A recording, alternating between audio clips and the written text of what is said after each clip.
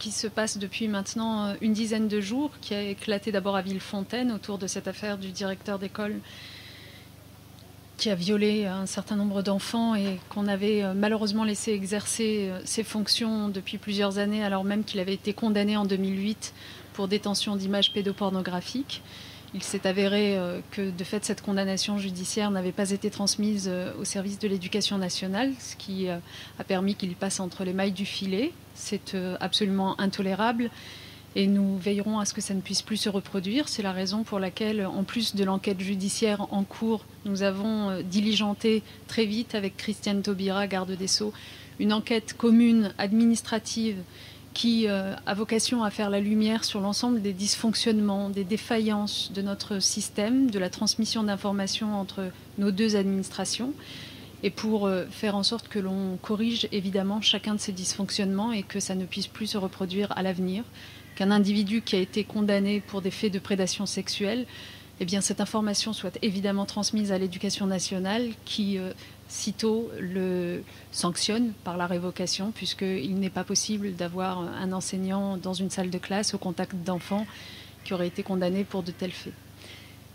L'affaire de Villefontaine, c'était la semaine dernière.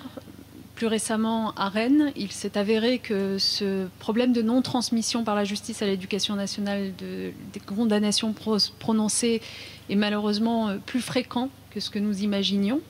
C'est un problème terrible, grave, que nous avons décidé avec Christiane Taubira de prendre à bras-le-corps, et c'est la raison pour laquelle, en plus de l'enquête administrative dont je viens de vous parler et qui s'étend à la situation rennaise en plus de Villefontaine, eh bien, nous allons réunir dans les tout prochains jours, ensemble, les procureurs généraux, les recteurs, pour que nous travaillions ensemble à renforcer la fluidité de l'information entre nos deux services et que nous fassions en sorte que désormais, chacun soit garanti du fait que lorsque un individu est condamné par la justice, cette information arrive bien à l'éducation nationale et que cette dernière prenne bien les mesures pour l'empêcher de continuer à exercer devant des enfants.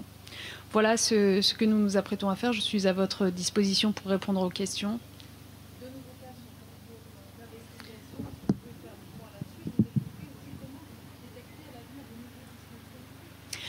Alors, il faut vraiment bien distinguer deux choses. Il y a la situation de Villefontaine ou de Rennes qui révèle des dysfonctionnements graves, je viens de le dire, tenant au fait que la justice n'a pas transmis à l'éducation nationale la condamnation de ces enseignants qui, par conséquent, ont pu continuer à exercer sans être inquiétés. Donc ça, c'est un dysfonctionnement grave qu'il nous appartient de régler au plus vite.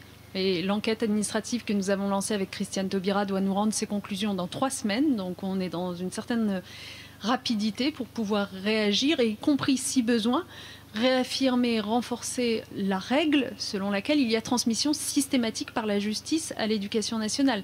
Vous savez que cette règle de transmission, elle est aujourd'hui imposée par une circulaire du garde des Sceaux, qui est une circulaire qui date de plusieurs décennies, qui est régulièrement réaffirmée.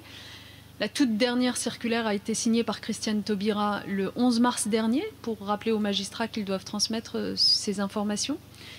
Il s'avère, à la lumière de Villefontaine et de Rennes, qu'elle n'est pas respectée, en tout cas pas toujours, pas systématiquement. C'est un problème. Peut-être faudra-t-il légiférer sur le sujet pour éviter que certains ne la respectent pas. Ça, c'est une première chose. La deuxième chose, c'est que, comme évidemment chacun a les yeux braqués sur ces faits graves, apparaissent des situations de mise en examen, d'interpellation d'enseignants qui sont présumés, enfin d'ailleurs qui sont présumés innocents, mais pour lesquels il y a des doutes ou des accusations portées sur des questions qui relèvent de la pédophilie. Je vais vous dire une chose très claire sur ces sujets.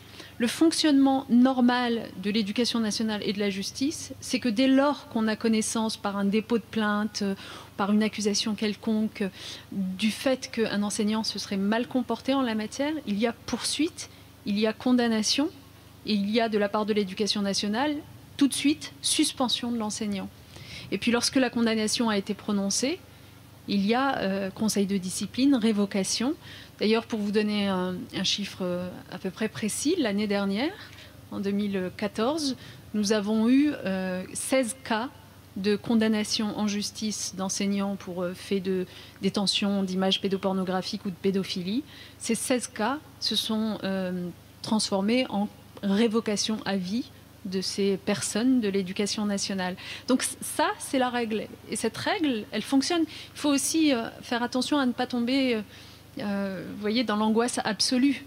Je veux dire, on a affaire à près d'1 million de personnels qui ont toute la probité qui est attendue d'eux. Il y a évidemment quelques cas ici ou là que les affaires révèlent d'enseignants qui se comportent mal et il faut les sanctionner, il faut faire preuve de la plus grande des fermetés à leur égard, mais n'allons pas jeter l'opprobre sur toute une profession.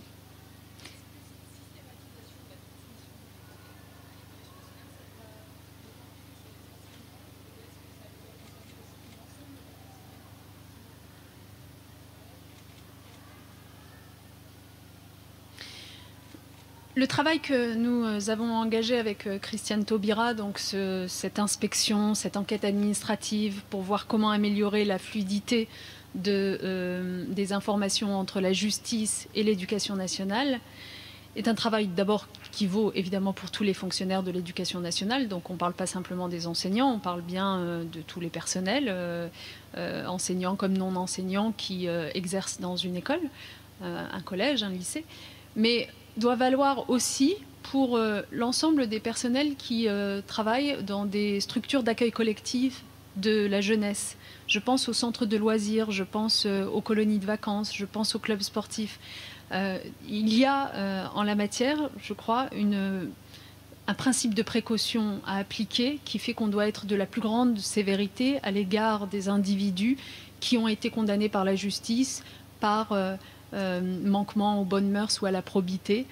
Pour ces raisons-là, je crois que derrière, il doit y avoir une sanction ferme qui tombe systématiquement dès lors qu'on est dans un accueil collectif de la jeunesse, parce qu'on ne peut pas laisser au contact d'enfants un individu qui a été condamné pour des faits de prédation sexuelle.